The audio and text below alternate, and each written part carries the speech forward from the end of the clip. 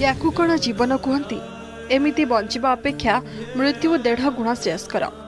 किए मो पाई भिक मागुछि तो आउ किए भिन्न भिन्न उपाय करी अर्थ जोगाड़ करुछि।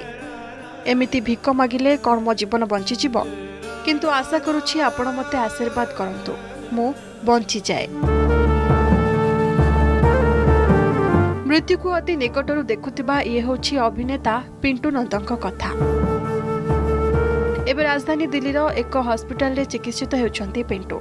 जेमितिकी आपण जानती पिंटू नंद लिवर सिरोसिस रोग रे पीड़ित, जहाकू चिकित्सा करी भल करिबा काठिकर पाठ।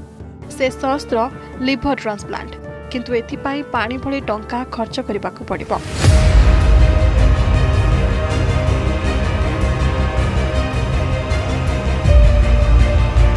जहाकू जोगाड़ करिबा पिंटू को पक्षे आदौ संभवपर नुहे।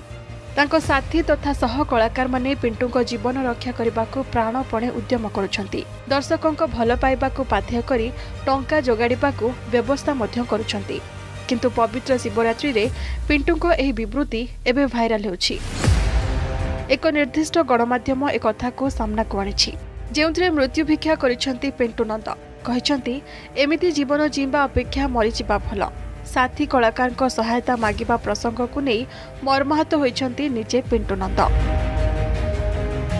एक घरोई गणमाध्यम को प्रतिक्रिया दे पिंटू कहिछंती एभली जीवन जीवा अपेक्षा मरि जिबा भल। मो पाई किए भिक्षा मागुछि तो किए अन्य उपाय रे अर्थ जोगाड़ करुछि। मते नै राजनीति भी होछि। मते से भली जीवन दरकार नाही।